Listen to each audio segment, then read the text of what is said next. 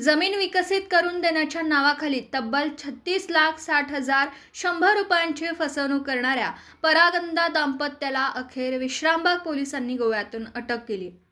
या प्रकरणातील आरोपी इब्राहिम नायकवडी व जास्मिन इब्राहिम नायकवडी इनामदार यांनी फिर्यादी यांना जमीन विकसित करण्यासाठी करार करण्याचा आमिष दाखवून करारपत्र करून घेतलं। त्यानंतर मोबदल्यात सुमारे 36,60,000 100 रुपये स्वीकारले। मात्र काम न करता रक्कम परत न देता शिवीगाळ करून फसवणूक केल्याचा आरोप आहे। या संदर्भात गुन्हा विश्रामबाग पोलीस ठाणे येथे 4 मार्च 2025 रोजी दाखल करण्यात आला होता। या गुन्ह्याचा तपास पोलीस उपनिरीक्षक स्वप्नील पवार करत आहेत।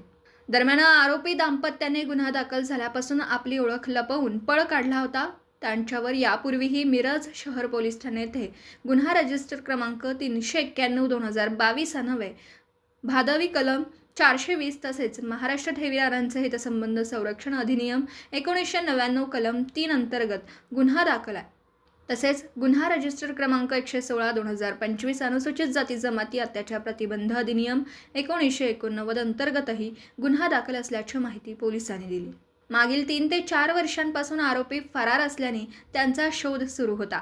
पोलीस निरीक्षक सुधीर भालेराव यांच्या मार्गदर्शनाखाली पोलीस उपनिरीक्षक स्वप्नील पवार व पोलीस कॉन्स्टेबल 595 सुनील पाटील यांनी गोपनीय माहिती व तांत्रिक पुराव्याच्या आधारे शोध मोहीम राबवली।